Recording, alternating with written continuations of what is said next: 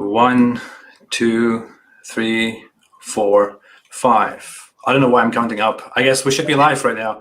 Hi everybody and welcome. This is the Apostate Prophets. I hope you're having a fantastic day. I haven't done a live chat in quite a while. Hi everybody and welcome. This is the I can hear myself. No. Okay. Having a fantastic day. I haven't done a live chat in quite a while. You need to mute your. Fantastic day. I think you need to close your YouTube tab.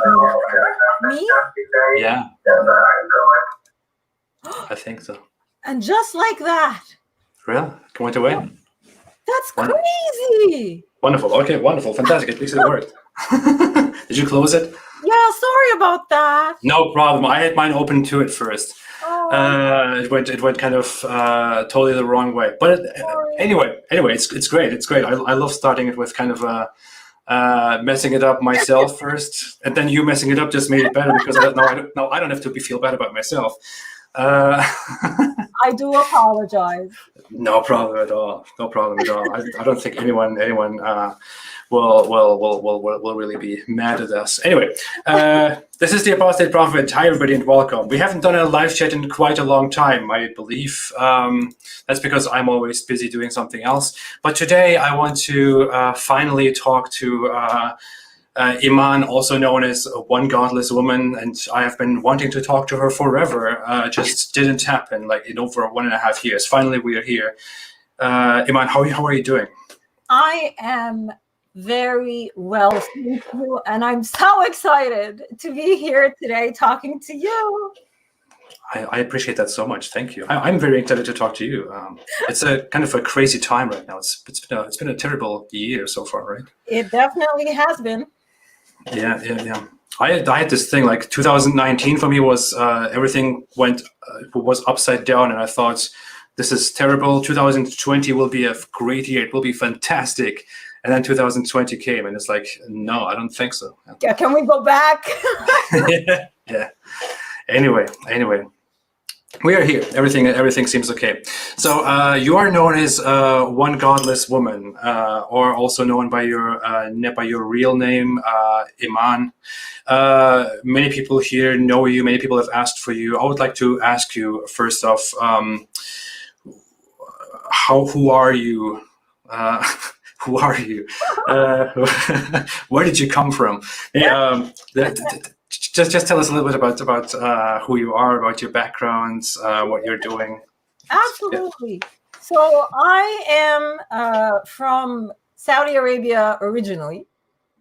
I am half Egyptian, half Saudi, because sometimes people wonder about my Egyptian accent, and that's where it comes from. My mother is actually Egyptian. The other thing is I was born in England, and I was there for somewhere between 8 to 9 years when my father, who was studying surgery, he was getting his fellowship from England, moved to Saudi Arabia, and he took us all with him. And that's where I grew up until the age of 26, when I finally was able to get out. The reason I believe people always wonder about my name, One Godless Woman, and some people seem to take offense a little bit to my name. So I always try to explain why I call myself One Godless Woman. That term is basically because in the last little while in Saudi Arabia, before I finally managed to escape, to get out, I was abducted by the religious authorities, and I was framed, and I was imprisoned for about 3 months. During those 3 months, there were various forms of torture that were applied to me, but one of the big ones, believe it or not, was calling me that name. It was psychological. They kept calling me a woman who doesn't have a God, on top of other things they called me. So that's where I got that name. Just wanted to put that out there. I appreciate that. I wanted to ask about that anyway. I wanted to ask where the whole One Godless Woman name comes from, but that's very it's interesting. It's kind of, yeah, it's sad to know. Why were you? How did that happen? How did you get into that situation? You said you were abducted. I was, yeah. So I was a doctor when I was abducted. I was doing a rotating internship in the King Fahd National Guard Hospital in Riyadh. Now, I come from a very fractured polygamist household, and my mother wasn't around at the time. My father had remarried another woman, wife number 2, who was very mean and cruel to me. So women couldn't drive in Saudi Arabia. So I was very dependent on having a driver pick me up from work, drop me off, and all that stuff. I had just finished a 24-hour night shift, and I had called my home to get the driver to come. And she just hung up. And I kind of got the point that she wasn't going to send the driver to me. So I waited and I waited, and it turned into, I don't know, 3 hours, I think, of waiting. And finally, my colleague who was on call with me, who was a guy, he was a male physician, he was leaving. And he saw me, and he knows me. So he's like, Iman, what's going on? I explained everything to him, and he's like, get in the car, I'll drop you home. So I talked to him before I got in the car with him because I was very concerned about the religious authorities. He said, sit next to me. That way they think you're my wife or my sister, and we won't get stopped. So that's what I did, and I didn't cover my face.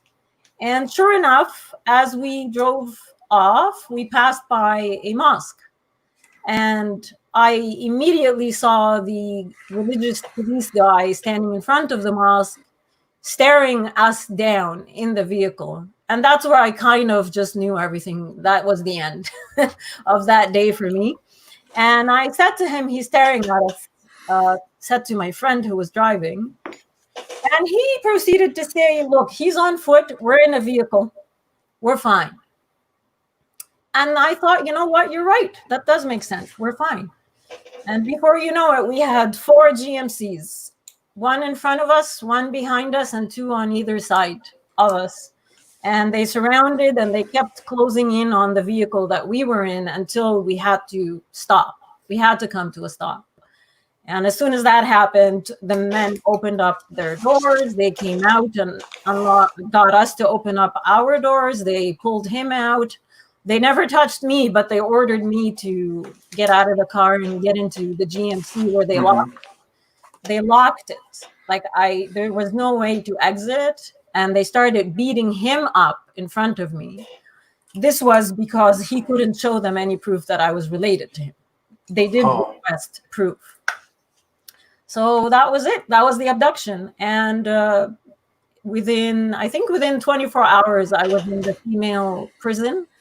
And I had no clue what was going on, why I was here, where I was going to go. I didn't know anything. It was after I was released that I realized what they framed me with. But it was so the original motive was just that you were in a car with a boy. In a car with someone that you are not married to, that you are not legally supposed to be together with. Yeah. And that just happened to happen. So such a control by the authority just. It's the norm. I mean, how was it? Did you live in Turkey? I lived in Turkey, yeah, but Turkey is incomparable to that. Turkey is a completely secular country where people think they are living the true Islam, but it's not remotely anything similar to Islamic countries, which are much more terrible than we could possibly describe here. Yeah. But no, women are pretty much property in Saudi Arabia, and the religious authorities have the right to stop anybody. They have if a woman is with a man, you have to make sure it's on you to have your paperwork with you, because it's their right to do that. And in Saudi Arabia, the woman, because she's considered property, her name will appear on the male ID, which is why he was asked, not me, if I was related to him. Yeah, it is that you are the man's woman. Yeah. That is how you are registered. You are the man's woman. And if the man has 4 wives, then the Yes. 4 wives are the man's women. That is how Yes. you are listed. You are not Exactly. you're not free, separate individuals like you are here in the West, where you can do whatever you want. You are they basically own you. It's basically ownership. That's So. exactly right. You refer to the name One Godless Woman there. Is that during this whole abduction, during this whole what's it called? I mean, when they had you, Yeah. is that how they insulted you? How they referred to you Yeah, while they they were? called me everything under the sun, right? They really made a point in they paraded me in front of their fellow religious thugs. Hmm. And as they paraded me, they kept calling, "Look, she's a doctor. That whore. She's a doctor. She has no God." They kept. That's like, it's shaming, Hmm. Hmm. shaming the mob, right? Yeah, yeah, yeah. You have a medical degree, so you are an actual doctor. I Right? am. Yeah. You are awesome. Someone was making a joke about medical doctor. I think that was in comparison to Zakir Naik or something. But Oh, no. I understand that a lot of these religious people, scholars, they put uh-huh. the term doctor in front of their name. Yeah. And I think is just to pretend or to show that they're experts, and you can't really argue. Yeah, yeah, yeah. That's what really happens. But that's what really happens. So I want to get into that whole thing. I mean, when you described it here, it just sounds unreal to so many people. How Yeah. the stuff that you experience in Saudi Arabia or in similarly authoritarian, woman-hating countries that are not free at all. Some people really don't. I mean, cannot believe that we are describing these things, that these things actually happen. But I talked about this thing, for example, once that even married people cannot show public affection in Saudi Arabia. Cannot just do these things like affectionately hold hands or just give each other a kiss and stuff like that. That is illegal. Yeah. While public executions are normal, for example, which Oh is yeah. Oh yeah. which People will gather and clap for uh-huh. public executions. See, that is the mindset. That is the thing. I mean, compare those two sentiments. It is wrong and immoral and bad and illegal to go out there and to just show a tiny sign of affection for your partner or for somebody. That is illegal, and you can get in serious trouble for that. And the police, the authorities can come and can throw you in jail and can fine you for that. Whereas public executions, the public killing of people with the public watching, are completely normal and considered necessary. So look at that contrast. It's an interesting, Sharia. I don't know what to say, but I'll tell you something else, by the way, and it's a little bit off topic, but still relates. Sure. The way I came to Canada was on something. It was a special Saudi doctor visa program because Canada was so short on physicians. But I was made to sign a whole bunch of papers in Saudi Arabia, including I'm not allowed to marry non-Saudi, basically a Canadian guy. I'm not allowed. I was made to sign very strange things that are considered violation of your human rights. Yeah. But the other thing I wanted to tell everyone is that program, which the conservatives here are fighting to reinstall, at least one of them is, when I was brought here, Sharia law was applied to me here. I was brought here with the understanding that if anything happens to me, Islamic Sharia is the law that will be applied to me. I did not fall under the category of Canadian or Canadian laws to be applied to me. That was a contingency. And I know people probably don't believe this, but that is the case because we sign about 100 different papers to make sure that that's the way it is. They keep us on a leash.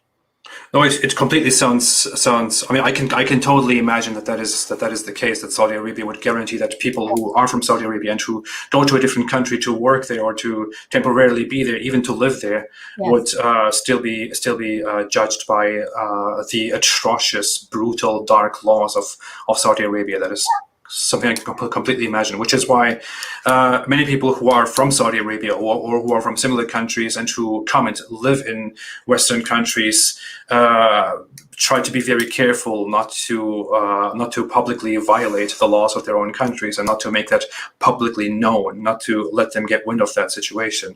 Yeah. It is really ridiculous. You have been in a struggle to become a Canadian citizen. What happened to that? That's kind of what I saw you go through at some point.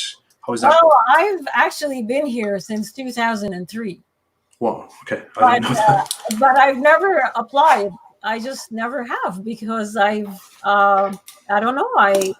There are things within me, deficiencies, that make me not feel that I should be applying. But I finally decided, you know what? I'm very invested in this country. I love it. I care for it deeply. Politics is a ruthless thing to get into, and kind of not being Canadian doesn't help my cause. So I thought, I don't know. I thought, what's the best way to do this? I do have a producer. We talked and we decided let's attempt it this way. So we started a GoFundMe, and thankfully I remain in shock at how kind and generous and loving Canadians are, unlike what our Prime Minister keeps saying. They're not racist. Because everyone donated, and I had enough money to pay for a lawyer and to have some issues come up and still figure them out, pay the proper people, and apply. So the application remains in process. I don't know where it is. I've tried to get a hold of anyone during this COVID situation, but hopefully soon I'll find out. Why didn't you want to become a Canadian citizen to begin with? Or what was the thought there? If it's not too... No, it's fine. To be honest, as probably people will get upset if I say this, but I didn't feel worthy. You didn't feel worthy? No. I guess I get where the idea comes from. I mean, I am familiar with the sentiment. I'm familiar with the feeling. It's I'm familiar with the sentiment, but why didn't you feel worthy? I mean, what was it that really held you back? I mean, you come from Saudi Arabia. It's obviously not a place that you belong to. Obviously not a place that you should have on your identity. And here you have a home. No, I'm not Saudi. I know I carry the passport. I'd like to give it away, but unfortunately, they don't even allow you to renounce your citizenship. They can only take it from you. But with regards to why, I don't know. I can't tell you. I hold Canadians in Canada at such a high, like you can't even imagine. Like I chose to come to Canada. I'm well-traveled. I've been to different parts of the world. I've seen the States. I love America. But there was something that captivated me about Canada. And I felt, I have to prove myself before I apply. So I sympathize with that. I mean, I have I don't know if you know anything about my background, but I was born in Germany, in a very Western country, and then I had to move to Turkey, which is kind of between secularism and Islam, and it's the entire country is having a collective identity crisis. I know. But it's like I came from the West to Turkey, and I just couldn't find myself there, and everything felt so awkward, so weird, and I couldn't get used to that. And all I wanted to do was just go back to the West, where I thought I belong. And now I'm here, and people tell me that people tell me here that this culture, this country is racist or intolerant or unjust and all that stuff. And I'm like, what the hell are you talking about, man? You have no idea what injustice means. You have no idea what racism means. You have no idea what any of these things stand for. I mean, this is heaven compared to that. I get that sentiment. You're right. And to me, it's strange because now the West is beginning to allow strange things to happen on their soil. An example is allowing, now I don't know how they couldn't know that the Saudi Islamic Sharia was still applied to me when I came here to work in the hospital, to a point where I was sexually harassed, sexually assaulted, and I still was afraid to come forth. And Canadians, like the Canadian physicians, didn't understand it. They're like, you need to go to the police. You're lying. Otherwise, I'm like, how? Look at what will happen to me under the laws that are being applied to me, even though I'm in Canada. And as soon as I went to the police, guess what happened? The Saudis retaliated and they ended my scholarship. So, what would happen? What would happen if everything is known about you? I mean, you have a public platform. Some Saudi authorities already know what you are doing, all the things that you have said, your work, that you call yourself one godless woman. What would happen if you decided to go back to Saudi Arabia and set foot on the soil of Saudi Arabia or on the desert of Saudi Arabia, whatever you want to call it? What would happen? Well, I'm known. I can tell you that to the authorities, I am known. Even this platform that I'm on, I have been harassed by activists in Saudi Arabia who have reached out to the Canadian consulate, the Saudi embassy in Canada to get me deported. So the minute I am, whether I step foot by choice, whether I'm deported, whatever happens, I will be arrested, detained, jailed, possibly flogged, depending on how much fun they want to have with me. Then the end result will be execution by beheading, because I'm an open ex-Muslim, and the punishment for irtidad, or being leaving the ideology, is beheading. Yeah. I find it so ridiculous. I have to have this. I have to say these things. I mean, we're talking about a real life situation here, where you come from that. You have witnessed terrible things there. You are here. You're bound by laws that if you go back, you will go through a lot of terrible, inhuman stuff. You would be tortured. You would be executed. You would be literally killed.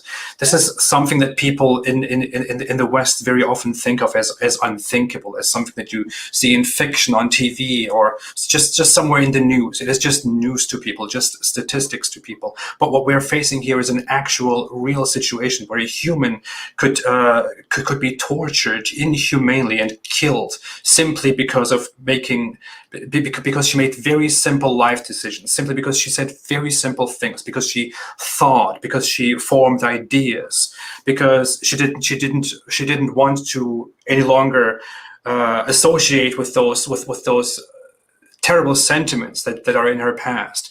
She would be executed for that. A human life would be ended just for that, for very basic things that we do every day here on Twitter or in the street or at school or on TV, everywhere. So this is really what the situation looks like. This should really give people the idea. This should really give the Canadian authorities, the Canadian people in charge, the idea, the motivation to do something about this, to help out, to recognize what's actually going on in the world, to recognize the realities that exist in this world. This should give all these other people who oppose you, who call you out, or even those who support you and think they support you, the understanding of what is actually going on and what actually needs to be done. People like you need support. People like people who go through that same thing need support. We need the support of people who understand us, who are not like Saudi Arabia, who don't tolerate the sentiments. We need the support of governments. We need more help. We need people to understand what is really happening in this world. I want to remember Brunei. I'm sorry, I just hit the microphone of excitement. I want to remember Brunei. You know, when that whole thing happened in Brunei, the whole death penalty for homosexuality was about to be implemented. People were going crazy. Celebrities were going crazy. They were posting things like boycott Brunei, raise your voices, and this and that. That people were doing that because it was about to be declared. We are talking about several countries, Saudi Arabia and several other countries, in which such things already take place, in which people are already killed, sentenced for being gay, for being apostates, for having opinions. These things exist in this world. It is insane that we are seriously here in 2020 talking about these things. It's crazy. I don't know how else to put it. It makes my blood boil. It does. It hurts. It hurts a lot. And I'll tell you something else that I was subjected to, and I don't know if you've experienced this, but Canadians, now the majority of Canadians are just lovely and, reasonable. And I'm not generalizing, please.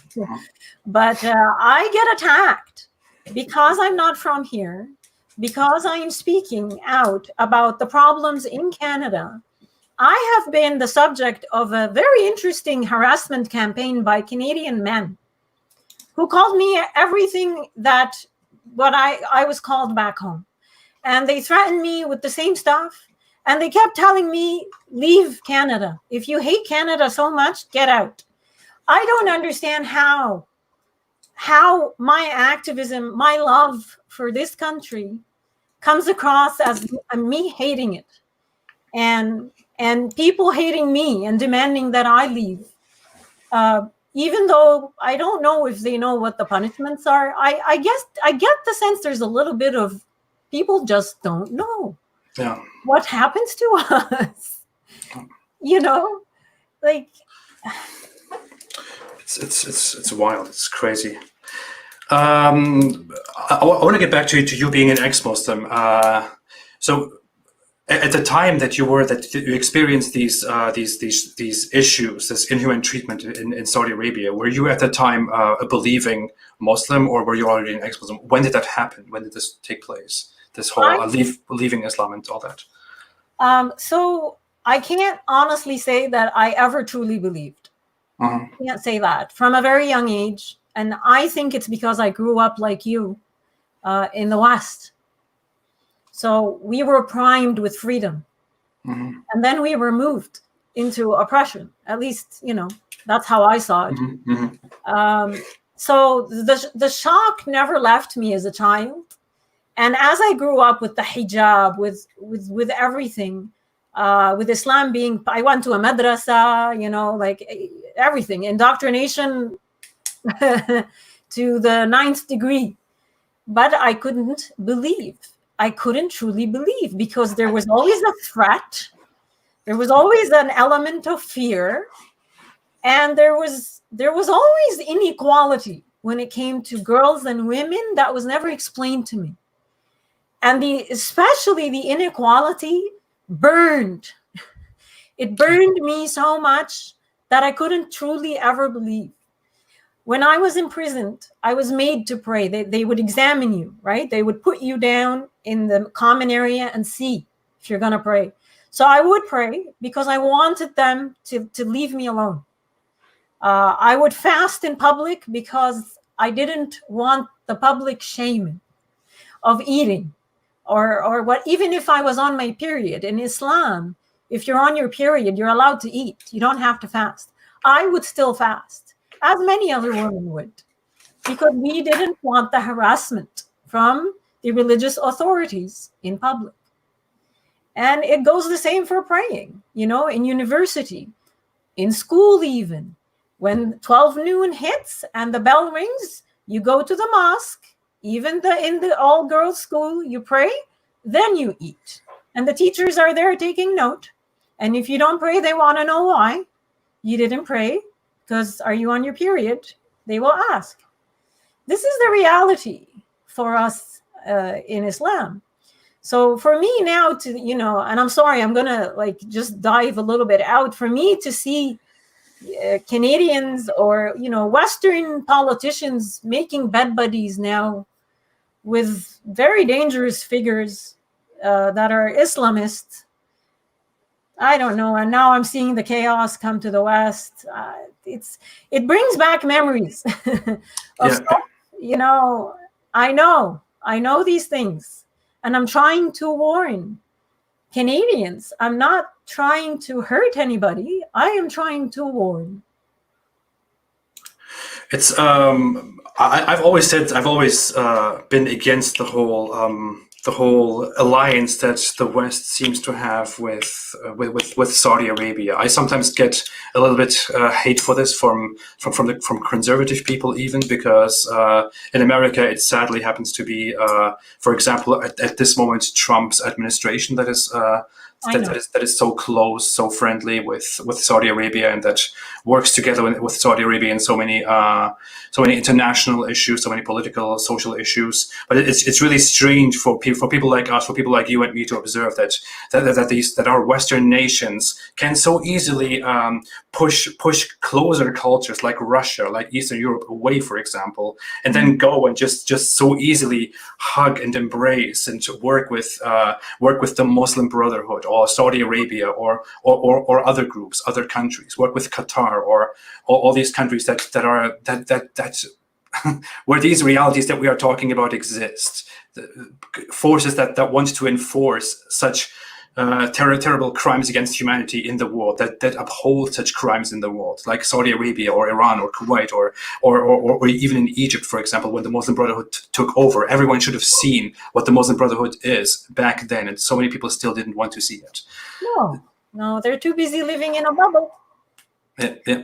These nations, these forces, these leaderships are no friend of the West. They are no friends of you, of the West, of free nations. They are absolutely not good allies. They will do nothing good for you. They are not after doing anything good for you. All they want to do is to exploit you, to make use of you, to reach a specific level with your help, and to uphold and implement their inhuman, brutal laws and worldviews upon the nations under their influence. And they want to bring you under that influence too. We have so many universities, so many educational institutions here in America, in North America, or throughout the West, that were completely infiltrated. I'm sorry, I'm going to say the word infiltrated. That were infiltrated by Saudi Arabia, that are funded by Saudi Arabia, where Saudi Arabian Islamic institutes exist inside universities that spread terrible ideas to their own students and try to convert as many people as possible, which then create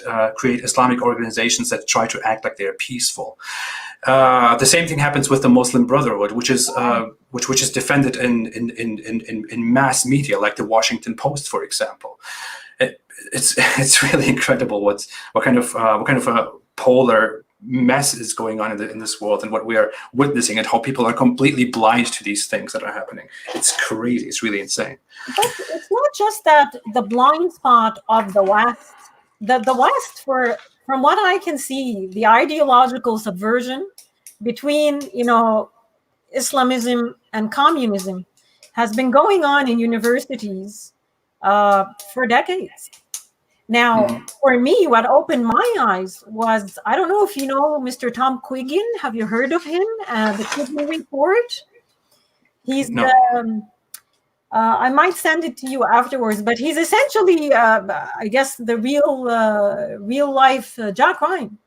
Like, he's ex-military, he's intelligence. He's written a book about the Muslim Brotherhood and how they've crept in over decades in North America, Europe. They're charitable front groups that they use. So for me, like, that was my great awakening. I don't know if Canadians are not paying attention to intelligence, mostly paying attention to social justice. I don't know, but I can tell you it hurts people like me when I'm from this culture, I'm from this ideology, I escaped it, I suffered under it, and they still call me a racist and an Islamophobe. Do you get called these names? Of course I do. Of course I do. I mean, I talked about how terrible it is to hear the Islamic call to prayer here in America, simply because of the implications, because of our past with it. And I'm like, well, you're pushing an Islamophobic agenda. What? Oh dear. You have no idea what you're talking about, people. Listen. I hear you, and like I said, everyone's being. Like, this is just a label now. Like, they brush everyone with this label. Brown, white, Canadian, not Canadian, Muslim, not Muslim, doesn't matter.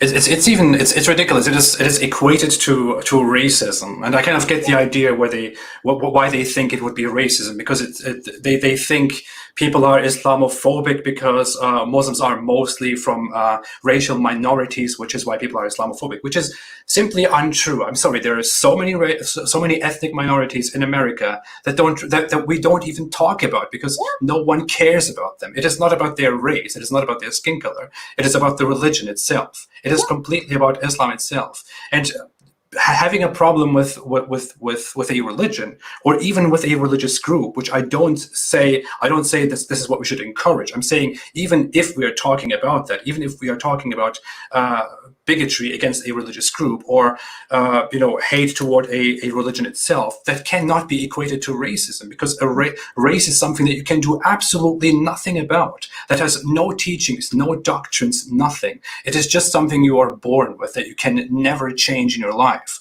Whereas a religion is something that you can believe in, adopt, and follow, or simply get rid of, and that has very clear doctrines, very clear scripture, very clear rules that are sadly known to everybody now when it comes to Islam, because of how invasive Islam is in the world. Yeah. You cannot compare these things. It's stupid. Well, one of the biggest, when I talk about ideological subversion, one of the biggest things that have happened in the West is Islamists have come in and they've conflated things to Western people who don't know. They just don't know. They don't know the difference between a Muslim and an Islamist, and Islam and Islamophobia and Islamism, and they don't know. So these people have come in and conflated everything for them. And the Western, like the people who truly don't know, are just stunned. They're like, okay, I don't know what to do at this point, so I'm just going to follow the mainstream, Yeah.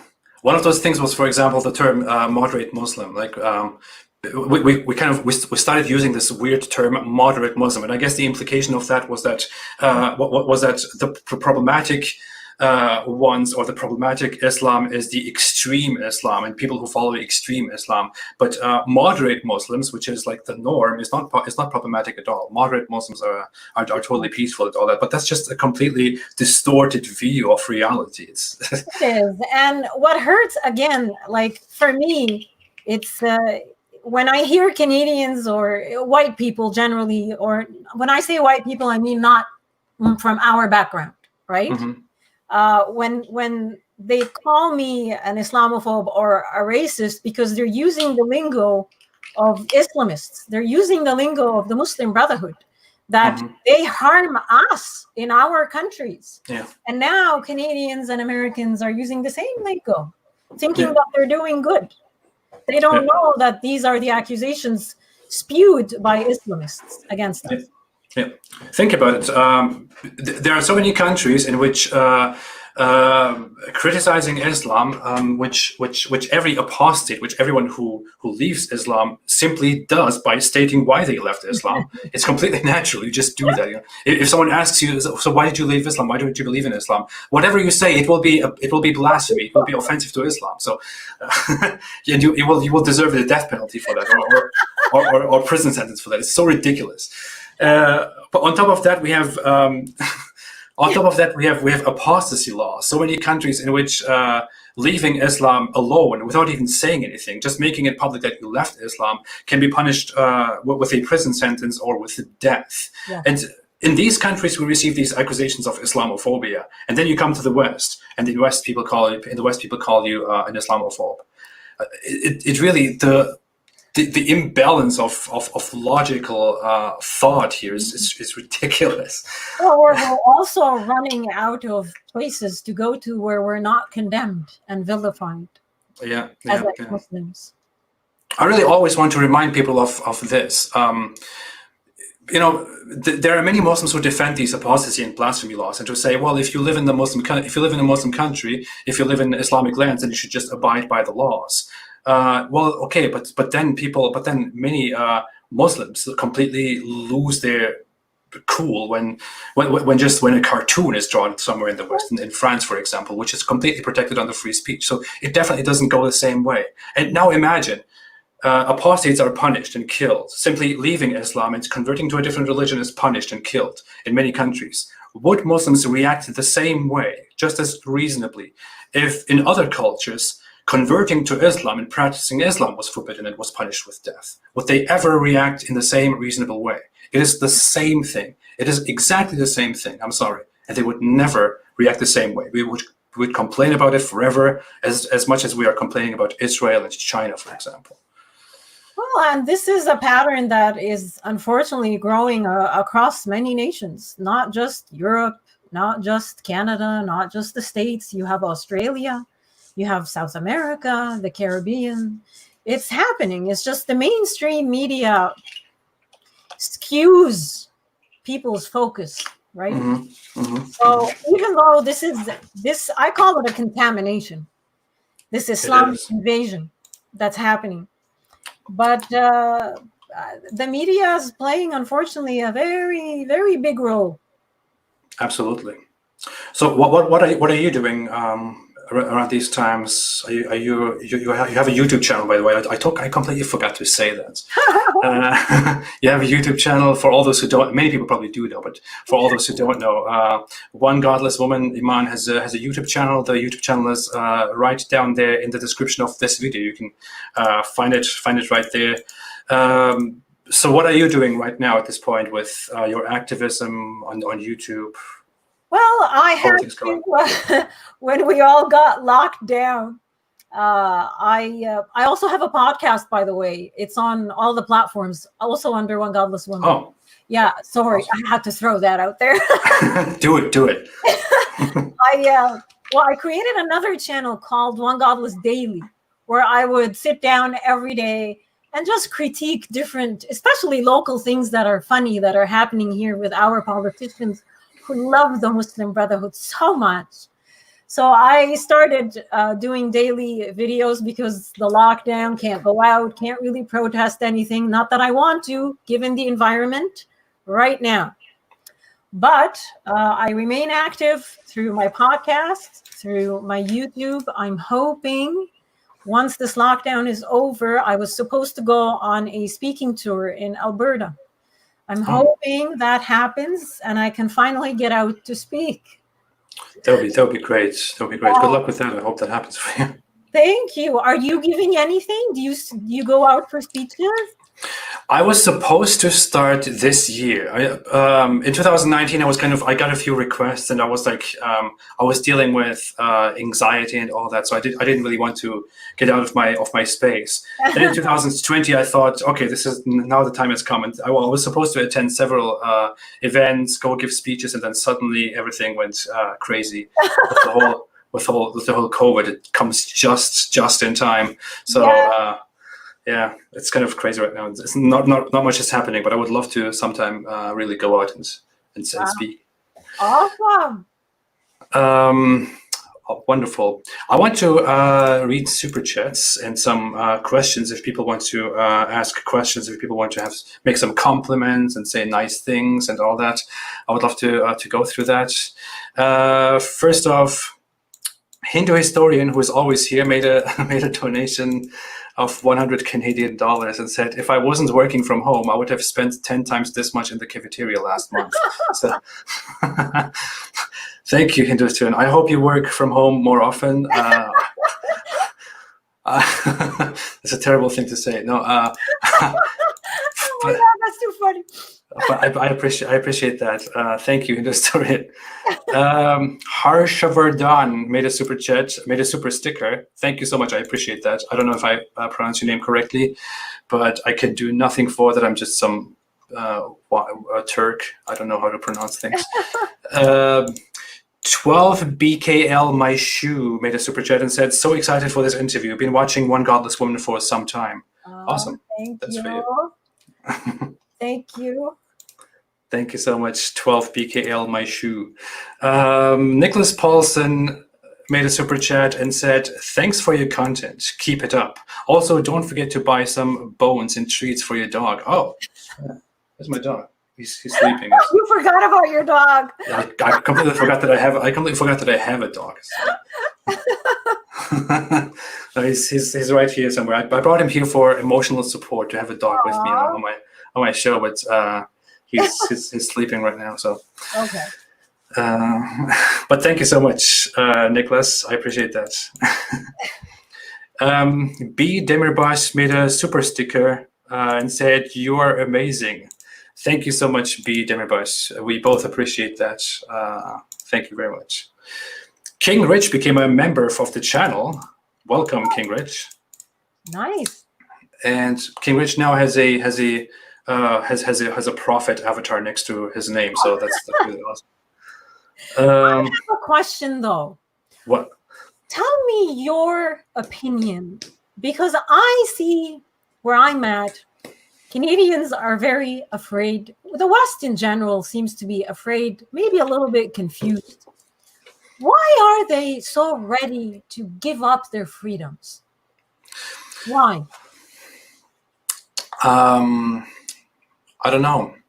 I guess it's kind of it's a very deep issue that I think goes back to I don't know. It has so many different layers. I think they're not really. It's not really about the freedom, because they don't consciously think about the freedom.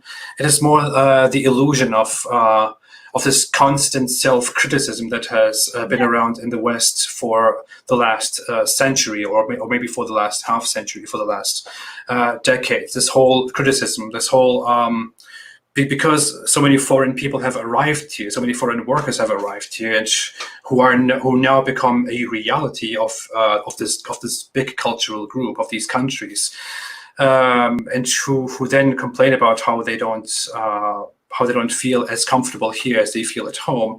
Western people fall into this fallacy, fall into this hole where they think, oh, these people need help. It is our responsibility. We must do something. And in their struggle to provide equality and provide justice, they completely lose themselves and do things that are contrary to providing justice and equality, and contrary to freedom. And I guess you came to that because I was talking about the prophet thing or something. I don't know, but that's for example, that's an example with it too. When Muslims, for example, are offended about drawings, about things that offend Muslims, Western people really take that very seriously. Because Muslims are so energetic about these complaints that they think, oh, we are in charge here. We must do something. We must help these people. We must help them feel safer. So I don't know. It's a huge mess. It's a mystery. Really is. It really truly is. And do you feel like, anyway, I don't want to bring the mood down, but does it hurt you? Do you feel sad? Do you laugh at them? Like, what do you feel when you see this? It makes me angry at some points. It really does make me angry to see how deluded people get in their effort for social justice and for equality and all that. It really makes me feel angry at some points when I feel like these people are really exaggerating. These people have no clue what's really going on in the world, and they're exaggerating. And it does make me angry, but. I don't know. It's just so confusing. Yeah. It is very confusing. Sometimes it makes me laugh because they come with such approaches, with some strategies, with some such sentiments that just seem very ridiculous to me. But it's also sad to think about it, to think about how people are ready to change their own culture in such a terrible way because they think they need to correct something that is not broken. No, it is not. It is ridiculous. Yeah. What do you think? Me? Yeah. What do you think about all that? I see this. I see the ideological subversion because I see it in the media, and that's partially how I woke up to the Islamic conquest that's happening in the West right now, especially the one in Canada, because we are very sensitive to things like da'wah. Mm-hmm. To Islamists, to the agenda of Islamic conquest. We know people like you and me. Mm-hmm. Whereas the West and the people who live here don't. So we're very sensitive to the early stages. And I saw the early stages, and I've been trying to wake people up forever. And the other thing for me here is laziness. Canadians are lazy. They're too comfortable. They're just too comfortable. I tend to say when people don't go through rough times, Yeah. they tend to get very soft and very Weak. kind of lazy in their thinking, because the West is so comfortable. We don't have wars. We don't have actual real struggles. No one is really going through big struggles. Everything is just wonderful. It is heaven compared to certain other cultures. And in this atmosphere, I was recently actually reading a book about how over time. I don't remember what the book is called, but it was basically about how violence has decreased over the centuries and over the millennia, and it was basically also explaining how in Western culture and similar cultures where we have increasingly peace, well, the last few generations didn't, the last few generations, especially the current young generations, have never experienced actual struggles, actual hardships. These people tend to take very little problems, like very small incidents of hate crimes or small incidents of homicides out in the street, like stuff that is completely normal throughout the day in regular neighborhoods in other cultures. They tend to take these things very seriously because they are not used to seeing a lot of chaos, to seeing a lot of hardship, a lot of crime going on, which is why in Canada, for example, or in America, or in the UK, or in other places, people tend to take very little crimes that happen in the street, even if it's only like one crime or two crimes or three crimes in a year. They tend to take these things very seriously and equate themselves with the struggles of other countries where instead of 3 crimes a year, 300 crimes a year happen. So it comes down to human psychology. It's very hard to explain that these people that people don't properly see the problem. It can't properly assess the problem. Yeah. And especially on top of that, if Muslim culture comes, and Muslim culture is very sensitive about very basic things like offending the religion or offending your values, for example, if they come and if they are so loud about the things that they are offended about, people in the West, especially since they're so soft right now, and especially since in the last century we had major issues like the Nazis that really scared people into being calm and tolerant. If they see that a minority is so upset about things so easily, they tend to jump to their help and feel like they are doing something right when they are not. They are simply reinforcing, a lack of freedom, reinforcing atrocities that come with Islamic culture, for example. Exactly. And have you watched, do you know who Yuri Bezmenov is? Have you watched his YouTube videos? He was a journalist, defector from the Soviet Union. And Yuri Bezmenov was his name. Y-O-R-I. He talks about the ideological subversion, how it works. Like it's a fascinating series that he put out on YouTube. I would recommend people, especially if you don't understand what's happening, look at his videos. They are the first step to understanding what's going on in the West. That's a good recommendation. Everybody check that out. I'm going to go on with the super chats briefly, and then you can always jump in and we can always keep talking. I just don't want to keep the super chats hanging. I always I would find myself very rude if I did that. Lance Johnson made a super chat and said, God bless you both for exposing this cult. Thank you so much, Lance. Although I don't believe in God, I appreciate the sentiment because I'm familiar with it. Same. Thank you. Thank you. Said Ibrahim made a super chat and didn't attach any comment or question to that, but I appreciate that very much, Said Ibrahim. Thank you so much. Bas Sibelos made a super chat and said, and stay away from Islam. Thank you. That is always my final line here. So just in case I forget it, someone made a super chat and did that already. King Buddy made a super chat and said, GBU, one godless woman. I am an ICU nurse. Come work at my hospital and no doctor will threaten you in any way. Oh, thank you. I used to love working in the ICU. I used to be in charge of it like overnight. It was so much fun. It was just very challenging, right? Uh-huh. Loved it. That's awesome. Well, what does GBU stand for, by the way? Excuse my ignorance. GPU. I don't know what GBU. General practitioner. I don't know what GPU is actually. Maybe it might stand for God bless you. I don't know. Oh, GB. Oh, maybe. I have no idea. I'm just an ignorant guy. I'm an immigrant. Excuse me. I don't know. All right. Abdullah Samir is here.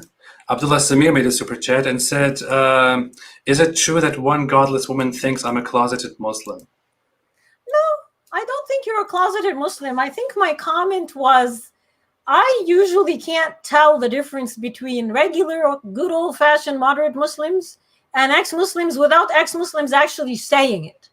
Moderate Muslims go about their lives normal, at least the ones I know here. And speaking to them, they criticize the ideology. There's a lot of stuff. They have a lot of issues with the ideology, and they're okay with it. And for the most part, it's the same with me. Unless I say I'm ex-Muslim, who would know? Mm-hmm, mm-hmm. Who would know? Nobody, really. You kind of have to attach it. I see. That's all I meant. Okay, Abdullah Samir, I hope that answers your question. Let's not start wars here. Let's not start hostilities here. I'm glad. I hope he doesn't get. I mean, no offense at all. Okay. That's good to know. Abdullah Samir and I, we had our differences in the past. We fought too because normal. It's normal. Yeah, it's because I was right and he was wrong. Each other, we're allowed to disagree. It doesn't mean we have to wage war. Yeah, that's true. each other. That's true.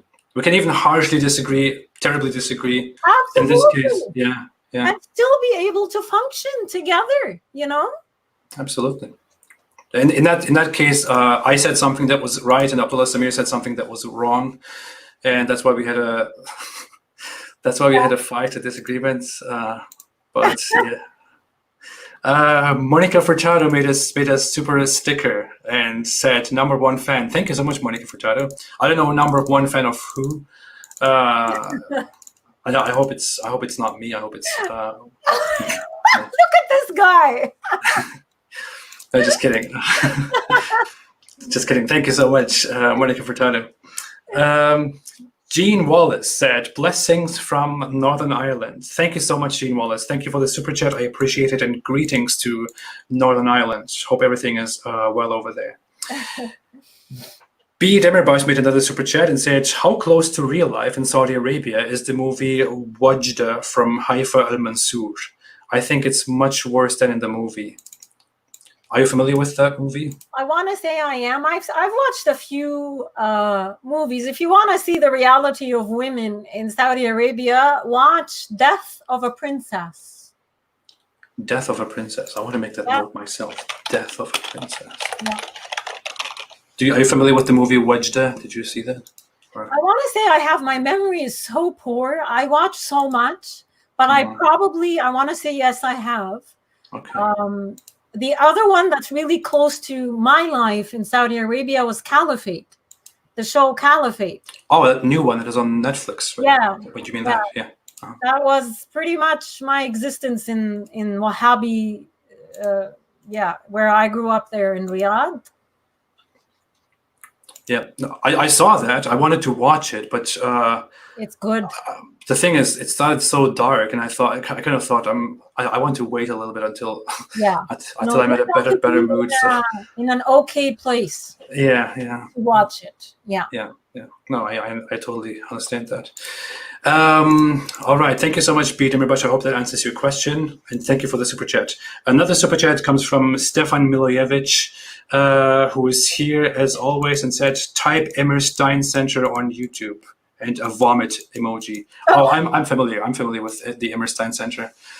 That's a YouTube channel, I think, that is trying to do this through this supposedly peaceful Islamic missionary, Islamic apologetics approach on YouTube. It looked very terrible and disgusting to me when I checked it out. But isn't every channel that promotes it like that.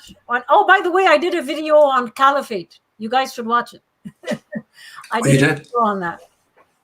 That's nice. Anyway, all the channels that promote it, this is how they behave. Islamists enter societies through victimhood and deception. That's how they operate. Mm-hmm. Right?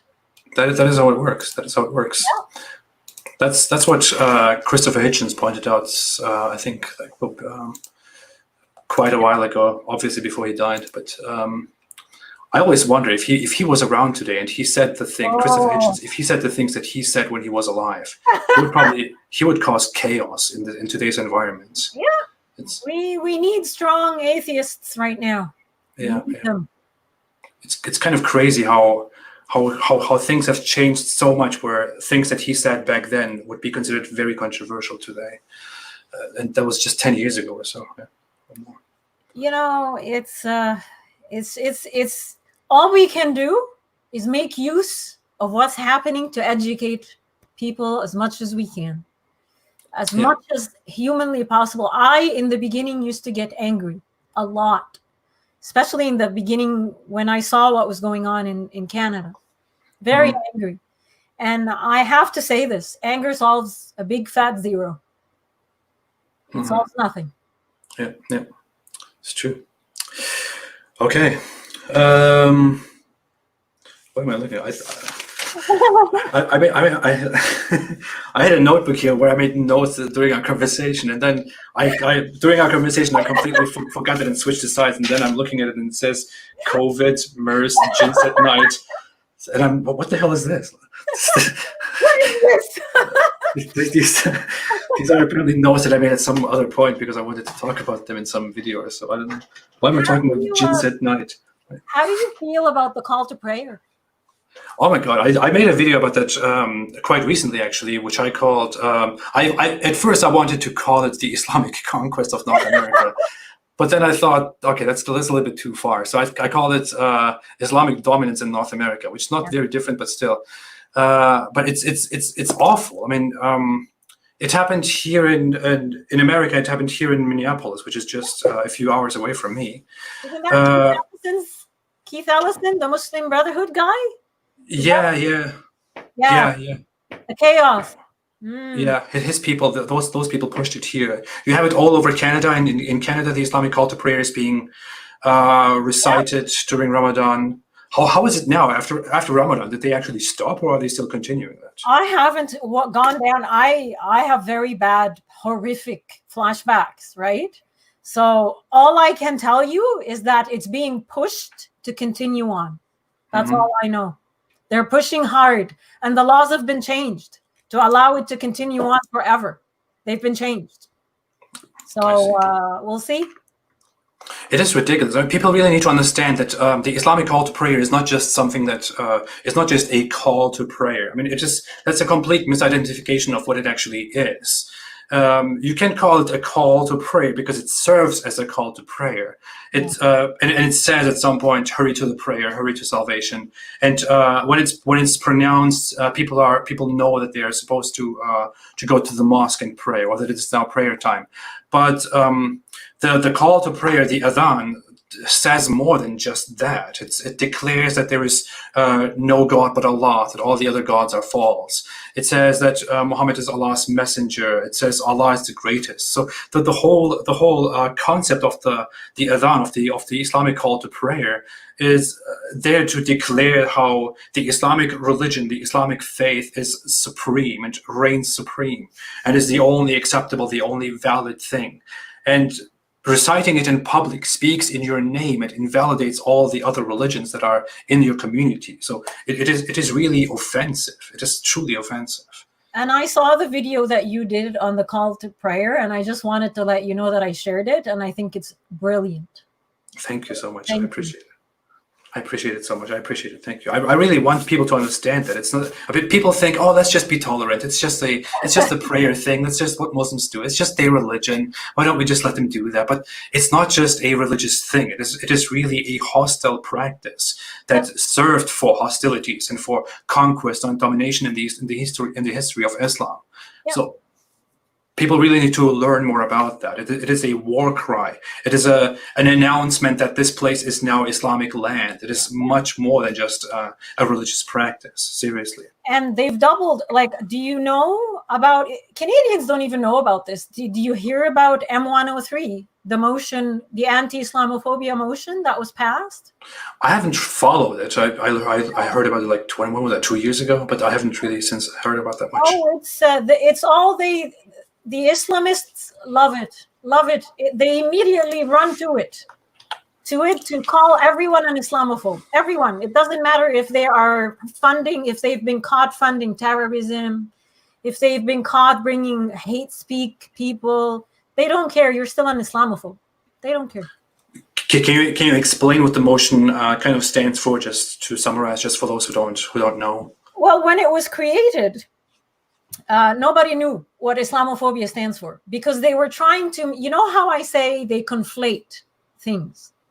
They conflated a lot of words in the definition of Islamophobia, because you have the term anti-Muslim bigotry. It exists. And that's the correct term that you want to use.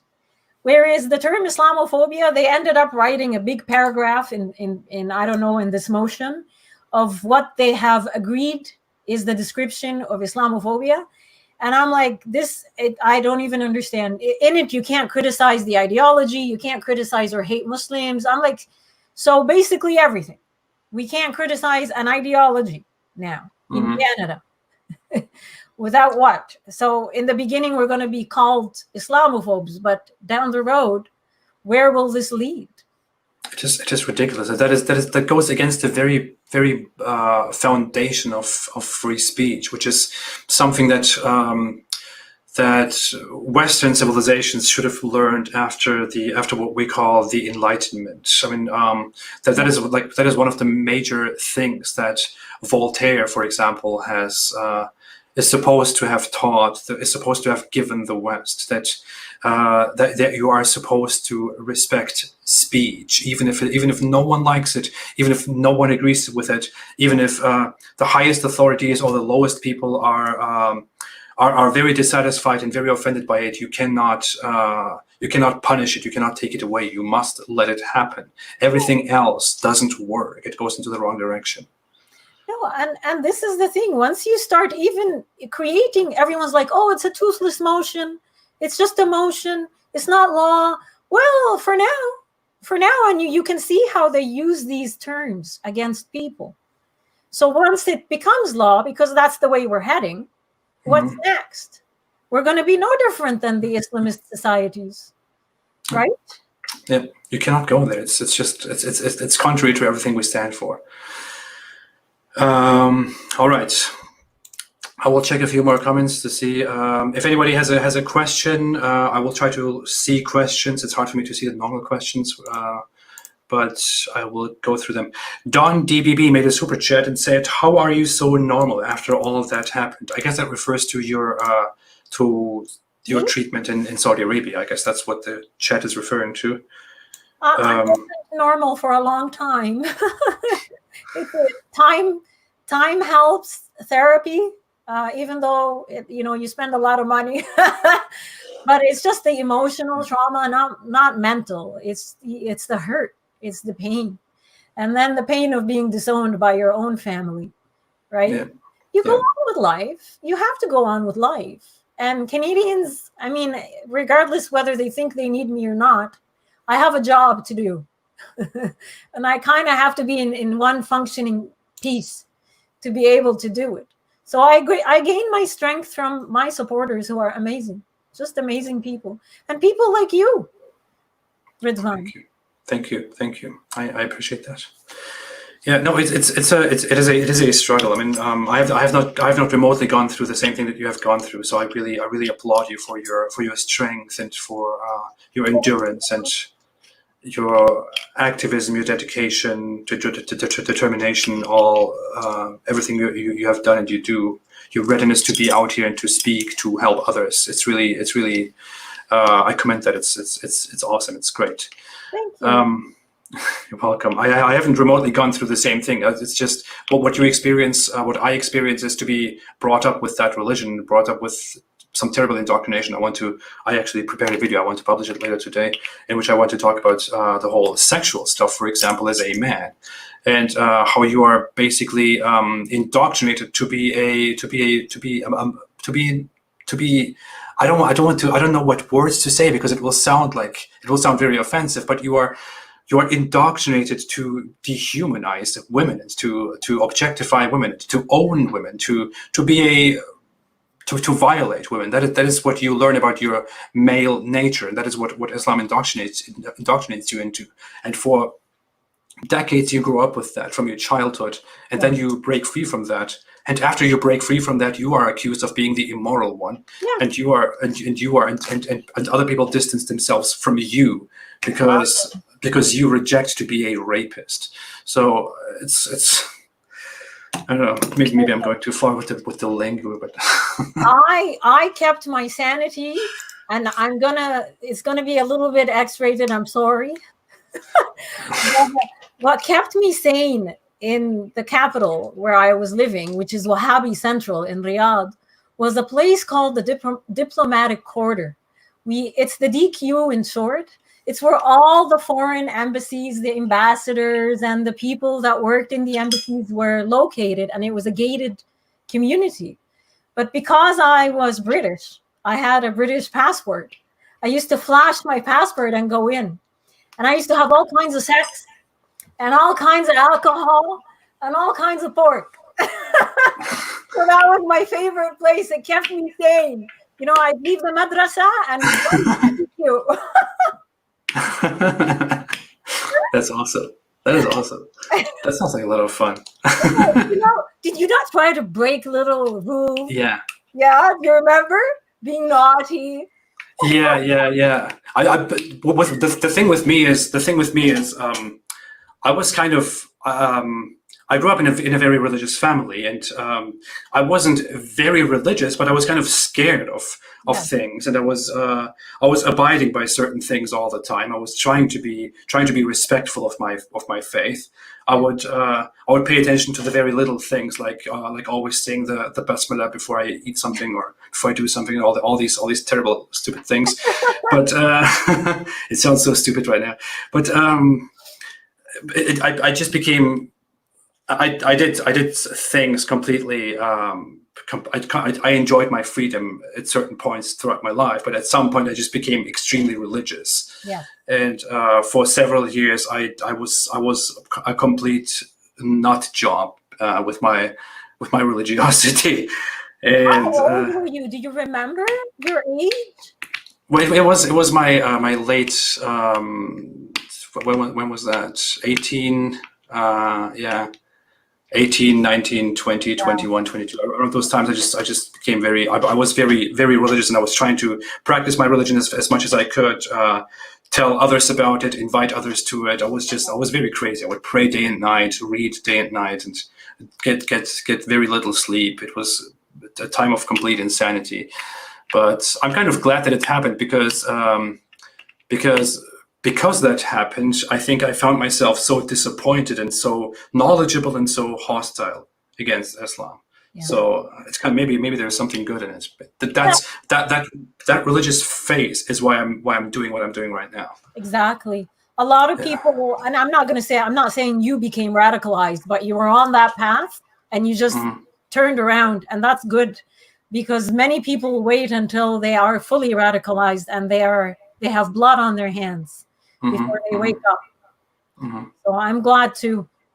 Thank you for sharing that. Thank you so much. Thank you. Yeah.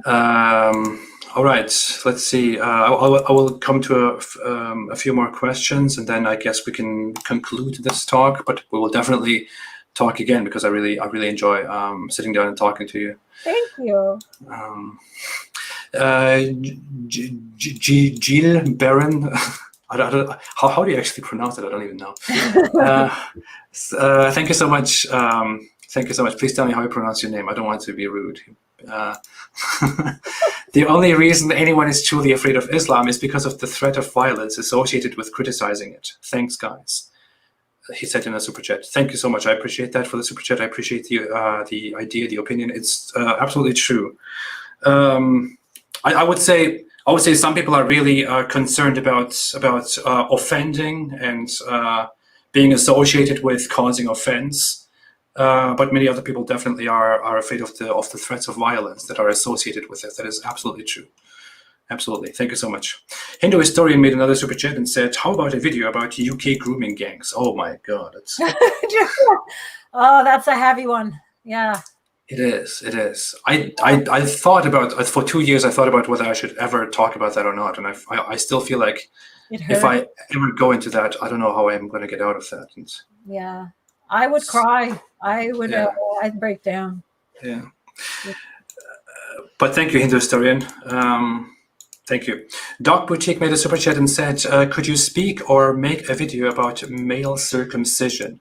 I had that in mind, actually. I want to do that at some point. I definitely have to have some things that I want to say about it.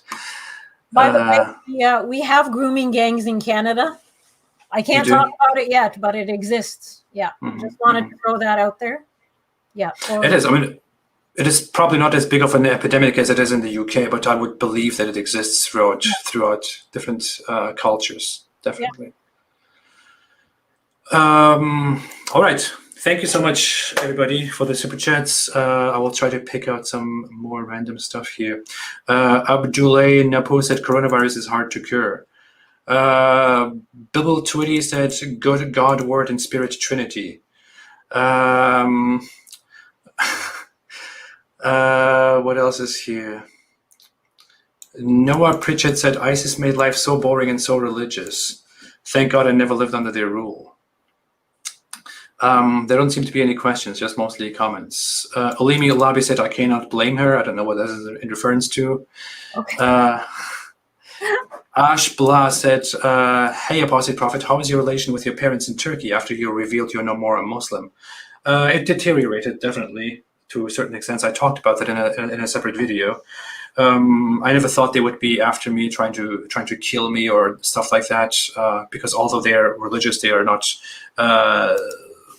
from such a culture. Turkey is different, and they are from a more spiritualist, mysticist background. So their treatment of this whole situation is a little bit different. But they're of course very disappointed with me.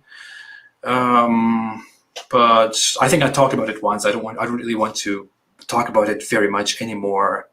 It kind of would be unfair to them, I believe. But yeah, sadly, it has its negative aspects, negative consequences.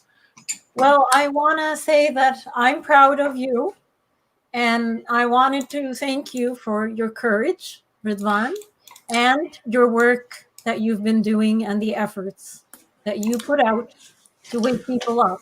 Thank you.